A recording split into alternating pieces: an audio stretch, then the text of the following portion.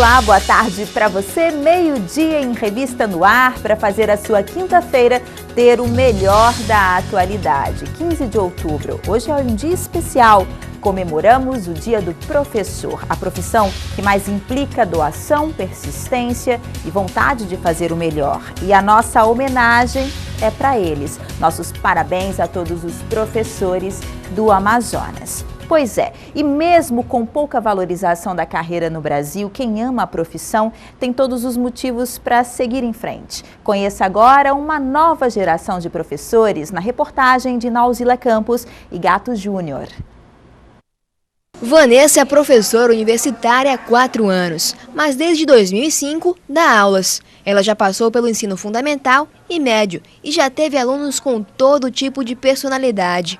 Mesmo depois de tanto tempo exercendo a função, a cada dia que passa, ela tem mais certeza da escolha que fez. Eu me sinto realizada fazendo o que eu faço.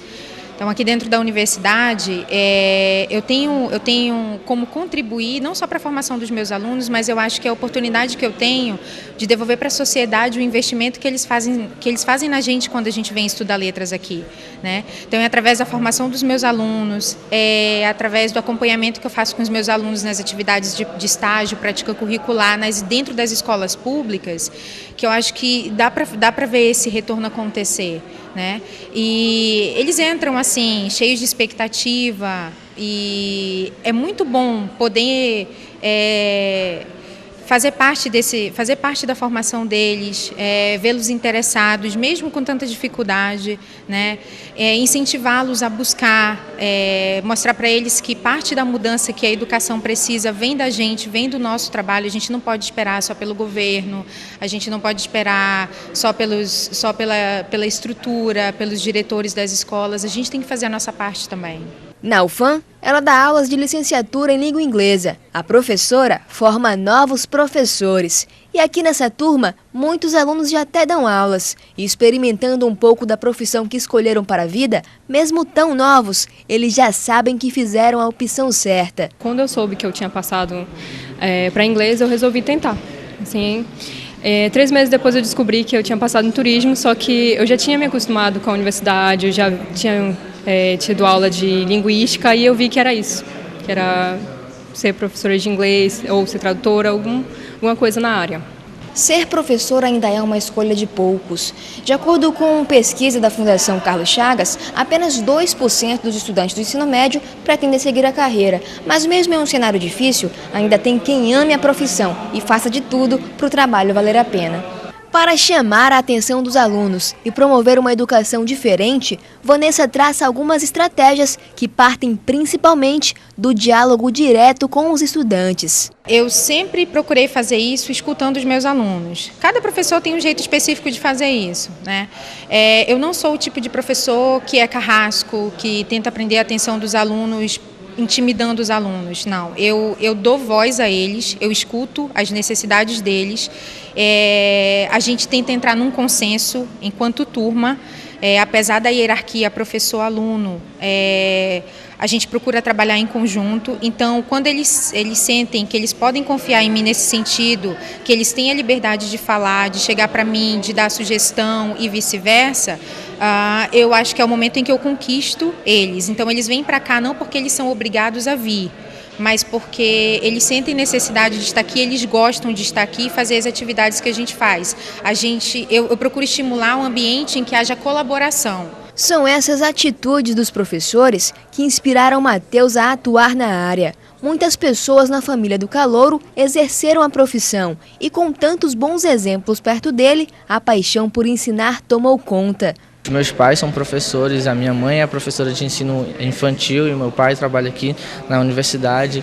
E eu sempre, quando podia acompanhá-los, eu sempre via como eles eram apaixonados fazendo aquilo. Eles ensinavam de um modo muito alegre mesmo, eles amavam aquilo que eles faziam. Então eu sempre, acompanhando, via essa paixão e ficava muito inspirado, assim, eu gostava mesmo de assistir aquilo. Então eu sempre soube que eu queria seguir aquela área de ensinar.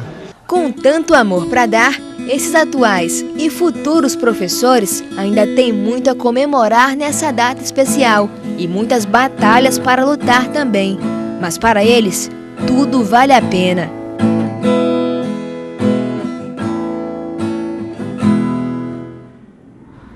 Daqui a pouquinho continuamos com a homenagem muito merecida aos nossos mestres de ontem, de hoje e de sempre. Mas agora, para chamar o intervalo, a banda Ctrl G toca pra gente.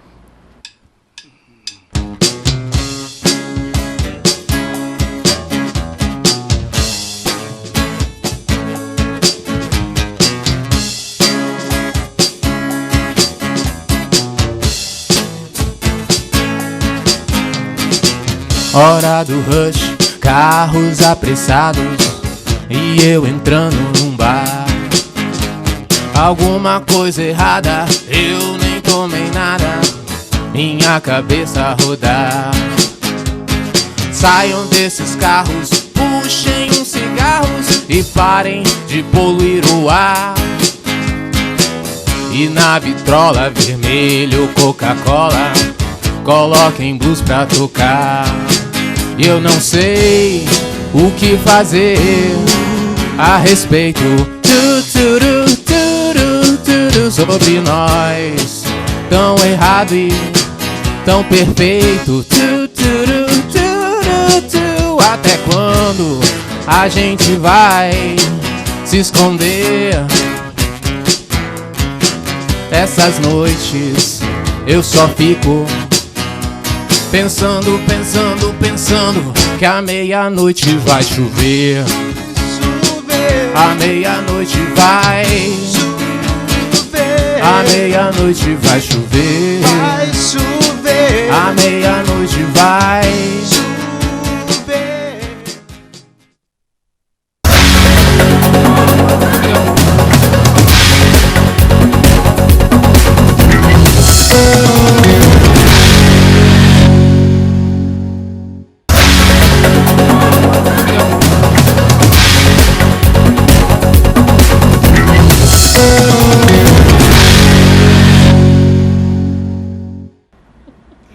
Incansável arte de ensinar, altas doses de paciência, paixão por aprender, formar e fazer parte da vida de centenas e, para alguns, de milhares de pessoas. Que estrada é essa escolhida por tantos chamados de mestres? Que caminho leva a tantas alegrias, por transformações e descobertas? E tem sempre aquele que marcou para sempre.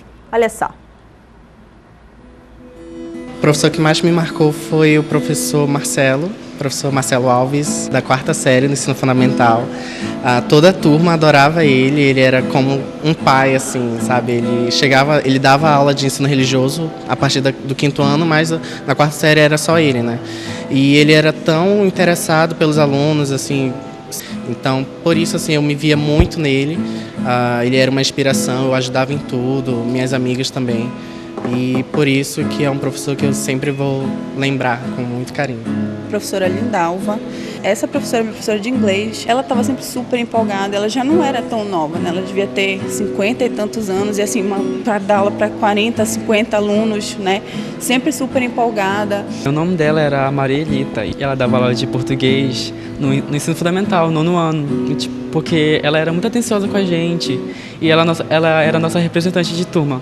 A professora que mais marcou na minha vida foi a professora Renê. Ela era professora da 4ª série, então ela dava aula de todos os assuntos e ela sempre me inspirava nas aulas dela. E ela me deu uma indicação para um colégio, eu consegui fazer a prova, passei, e acho que o que eu sou hoje eu tenho que agradecer a ela. Eu tive algumas professoras que foram fantásticas na minha vida, mas teve uma especial, que o nome dela era Daniele Mello. Ela dava aula de português e de língua inglesa. Foi uma das pessoas que mais me incentivaram. Ela mostrou que a gente, além de ser professor, pode ser amigo, pode ser conselheiro. Ela foi uma pessoa que deu força quando os outros professores assim eram só dadores de aula. Ela era conselheira, ela era amiga, ela ia além desse todo limite de professor e aluno. Ela ajudava a gente, graças a ela, assim, me incentivou muito a estar aqui hoje em dia. Que lindo, eu quero aproveitar para também falar da minha professora especial. Eu tive vários professores queridos na minha vida, mas teve uma que me escolheu como sobrinha postiça, sobrinha do coração, que fez parte da minha vida e faz parte mesmo distante. Ela não mora aqui em Manaus, porque eu não sou daqui, ela me deu aula quando eu tinha 5 anos, no Jardim da Infância, que é a minha tia Elaine. Eu quero mandar um beijo, eu sei que a senhora vai ver pelo YouTube. Te amo muito, muito, muito. Obrigada por ter me escolhido para fazer parte da sua vida. Beijo.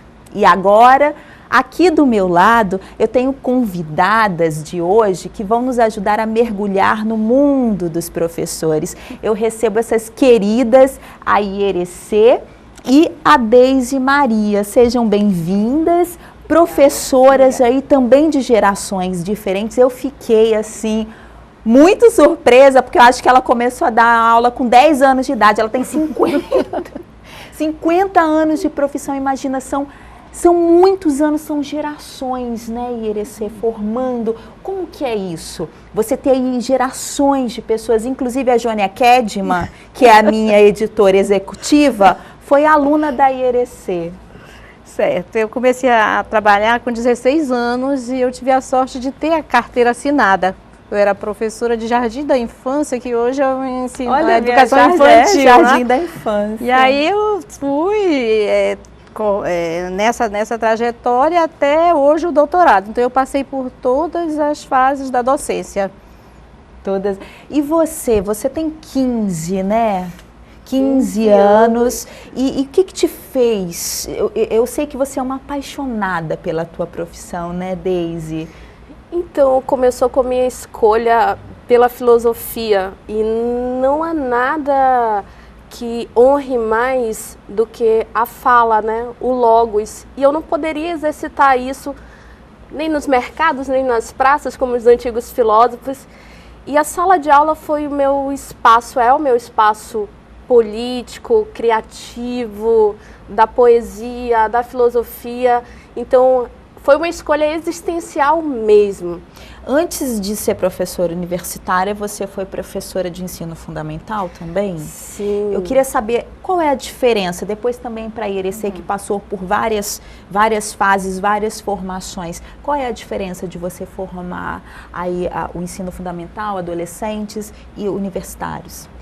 Então, no ensino fundamental, o encantamento é outro, porque você está ensinando os primeiros passos, você está construindo uma porta que se abre para o mundo, né? No ensino superior, você na verdade já reflete, você dialoga mais, você procura interlocutores para as suas reflexões. Eu penso que o ensino fundamental, não que o ensino superior não tenha esse brilhantismo todo, mas o ensino fundamental marca, né? Marca muito porque você, de fato, apresenta assim, onde você vai, para onde você vai, para onde você está me levando, né? E essa reflexão que o aluno vai fazer depois remete aos tempos de ensino fundamental e remete à figura do professor que ele teve. E Ierecê? Bem, eu vejo assim que hoje já retornando, não como eu fui educada, mas como hoje se educa hoje, que o professor do ensino fundamental deveria ser um professor bem titulado, se possível um pós-doutor, porque ali é a base. E eu me lembro bem que quando eu estava assim na escola do ensino fundamental e que havia concurso no estado, a diretora entrevistava as pessoas que chegavam. E ela perguntava assim, já tem alguma experiência?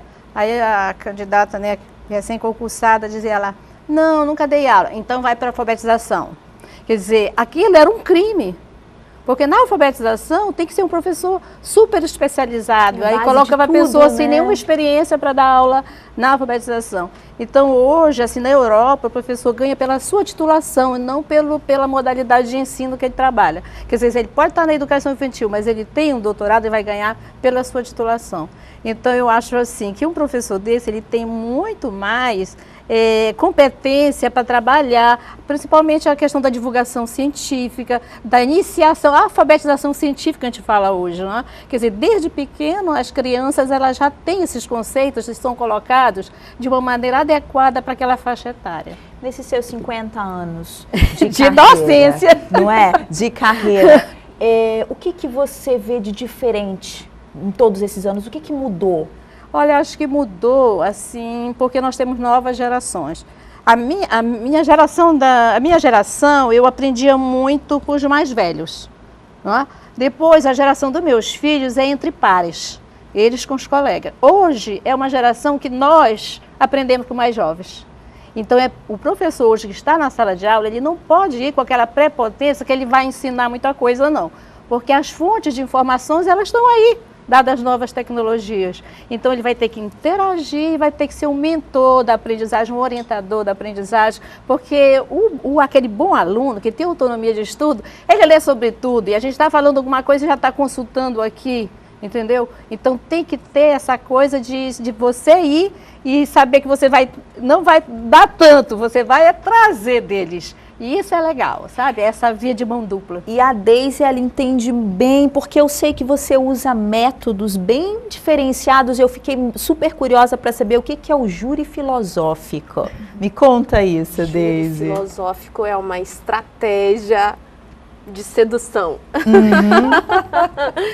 Seduzir os alunos para a filosofia. A gente, enquanto professor de filosofia, a gente enfrenta uma resistência muito grande, porque os alunos, a maioria das pessoas, não veem o saber filosófico como um saber utilitário, né?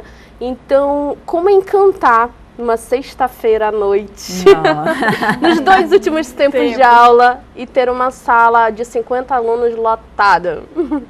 Você tem que usar de algumas estratégias. Um júri filosófico, eu dou aula no curso de Direito, né, e de Filosofia, e o júri filosófico, ele é um debate público, né, sobre um tema, geralmente ligado à justiça, e a gente coloca o Sócrates no banco dos réus, né, os acusadores aqui, os membros do parquê, são os sofistas, e eles debatem a partir de argumentos filosóficos, linguagem jurídica, sobre o tema da justiça e da verdade. Né? E tem funcionado muito, né? Porque você acaba convidando o aluno para uma imersão no futuro, né, campo profissional, e, obviamente, encanta também ele para a filosofia, né? E os nossos convidados hoje aqui, eles também não só as professoras queridas, mas os meninos da banda, eles têm uma história com essa carreira. O Marcos, ele é professor de música. Isso, bom dia. Tudo bom? Conta essa relação aí, como é ser professor de música, ainda é casado com uma professora também, né, Marcos? Isso. Olha, é ser meio pai das crianças, né, dos nossos alunos, né? Você chega em casa e às vezes ela chega, às vezes eu chego, mas fulano fez isso e ciclano fez aquilo. Não, você tem que usar isso. Aí quando você começa a discutir didática dentro de casa, é meio isso, mas é bem legal, é bem legal. A gente aprende muito, ensina muito. Tem a Séfora, que é uma colega nossa aqui, que ela é filha de professor, e ela diz que a cobrança sempre foi muito grande. Ayrton, você é filho de professor. Exatamente. É verdade? Essa cobrança existe? E na escola onde eu estudava, os outros funcionários da escola também, alguns eram meus parentes. Então eu não podia ter nota baixa de maneira nenhuma. Era um dos mais cobrados. Exemplar, né? Porque filho de professora, e o pessoal da secretaria e da direção, alguns eram meus parentes também, não podia ter nota baixa. Nossa, e o comportamento teria que ser exemplar também. Era literalmente marcado. Né? Era. Não é? Olha, gente, eu queria que vocês mandassem pra gente, terminando aí nossa conversa, nosso tempinho é pouquinho, né? Mas eu acho que valeu, né? O nosso bate-papo, e o que a gente quer deixar aqui é a nossa homenagem a essa carreira que forma, né, outras carreiras, como disse o nosso querido Mamão Papai ali, a gente estava conversando antes de começar o programa, e o nosso colega Mamão disse que realmente é uma profissão que forma as outras diversas profissões. E eu queria que você deixasse uma mensagem para todos os professores do nosso estado. A minha mensagem é de poesia, na verdade, né? De dizer que a tônica da nossa profissão é exatamente a força, o autossentimento que a gente aplica na nossa atividade cotidiana, né? Da sala de aula, de às vezes lidar com pessoas que estão desencantadas, que estão ali por outros motivos, e você trazer para o conhecimento, né? Convidar a conhecer alguma coisa. E apesar de tudo, e eu sei de cada limite, de cada obstáculo que a gente enfrenta todos os dias, de plano de cargos e salários, de desvalorização que é extrema. Mas eu digo que se você fez essa escolha, permaneça, porque eu penso que é o que nos identifica. E a cada agradecimento dos meus alunos, que eu digo, professora, eu não sabia que eu ia gostar tanto de filosofia. Professora, eu te agradeço por ter sido essa pessoa na minha vida. Professora, eu ia desistir, mas... Então, isso me gratifica, né? E faz com que as minhas lutas, inclusive aquelas políticas pela valorização do professor, sejam mais fortalecidas. E Erecê? A minha seria de luta também e de resiliência, porque, na verdade, hoje a gente percebe que alguns professores estão desaparecendo. Por exemplo, uma pesquisa do INEP mostra que nós já não temos professores de matemática, de física, de química, tanto que eles abriram, assim, incentivando bastante o mestrado nessas áreas para formar professores, porque ninguém mais quer ser professor com um salário tão indigno como este. Mas eu vejo também que é uma profissão que, quando você abraça porque você realmente gosta daquilo que faz, você gosta de gente, você vê a transformação acontecer, é uma profissão que te gratifica. Então a gente tem que ser resiliente, mas sem esquecer essa luta, porque a síndrome de burnout, que é uma síndrome que acomete muito os professores, vem desse desencantamento, dessa coisa da não valorização. É uma profissão que ela tem um reconhecimento social. Se você fizer uma enquete, ninguém vai dizer que um professor não é importante na vida da sua família, mas ela não tem um reconhecimento político. Eu acho que nesse sentido a gente tem que sim, sabe, ser mais unido, de ir à luta, de reivindicar melhores salários, melhores condições de trabalho, para que o nosso realmente que fazer cotidiano, ele apareça, se fortaleça e a gente forme novas gerações. Meninas, obrigada por terem vindo, meus parabéns, viu? Muito sucesso ainda e que venham muitas formações aí na vida de cada uma de vocês. Obrigada. Gente, a gente vai para o intervalo e daqui a pouco o nosso papo é musical com eles, Contra o Z. Toca pra gente.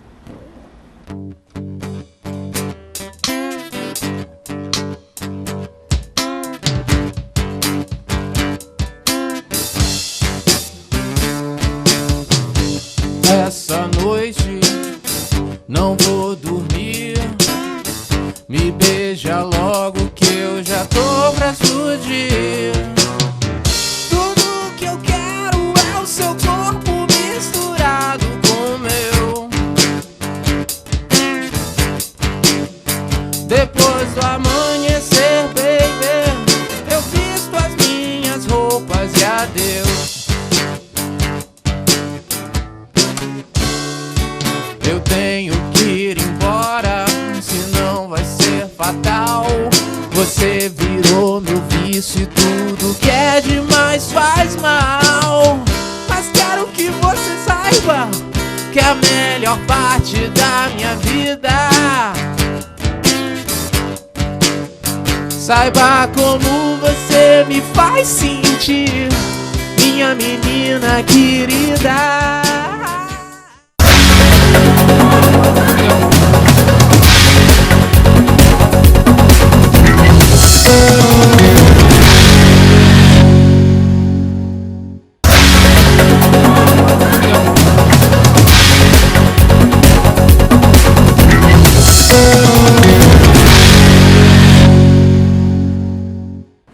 A banda existe desde 2004 e une interesses próprios de músicos cansados de fazer o convencional. Eles cantam e tocam músicas que falam de política, reflexões sobre a vida, cotidiano, negativismo e amor romântico. Eles formam a Ctrl G, que hoje está representada aqui pelo Marcos e o Alairton. O Alessandro faltou, da próxima vez eu não vou perdoar, hein? Um beijo para o Alessandro. Obrigada por terem vindo. Antes de tudo, eu queria saber a inspiração do nome da banda. Na verdade, assim, o Alairton ali entrou depois e a banda basicamente foi formada por mim e por Alessandro. Ele trabalha com informática, né? Ele inclusive é professor disso também, e eu sempre tive muito interesse por essa área, entendeu? Inclusive por música eletrônica. Então a gente queria alguma coisa na época que, né, porque todo mundo trabalhava com isso, a gente queria alguma coisa que tivesse a ver. Então a gente resolveu qual é o comando mais legal do computador. Era Ctrl Z, porque ele desfaz a pi que você acabou de fazer, né? E as influências? Olha. Lá, então fala pra gente. A influência vem de tudo que a gente ouve da nossa vida inteira. Vai do metal ao pop, ao brega, passa por tudo. E as letras que o Marcos sempre faz, sempre te instigam a pensar, a ver o além. E quais são os projetos? O que já tem em andamento aí? Como é que está a agenda também? Olha, no momento a gente está tentando se organizar. A gente tem um projeto, a gente está pensando em organizar o nosso canal no YouTube, né? Ou no Facebook, enfim, depende de como a tecnologia se manifestar.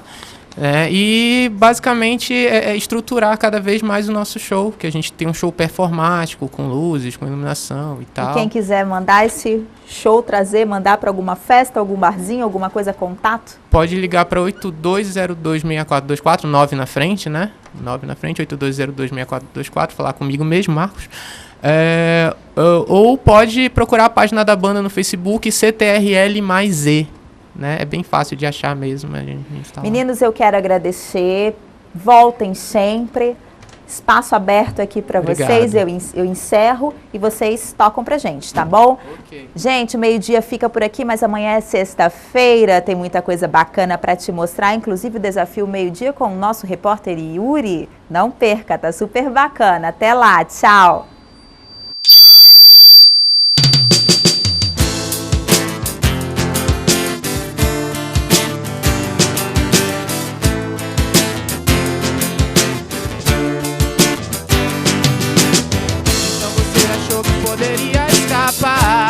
Da frustração de suportar não ter o ser tudo que sempre quis. Era só esconder o jogo pra depois mostrar o as na manga, o truque certo, o jeito mais fácil de ser feliz. Mas aí, se a Lois Lane te trair, cadê o Superboy? E agora Superboy? E aí, você achava que o seu ponto fraco era só a criptonita?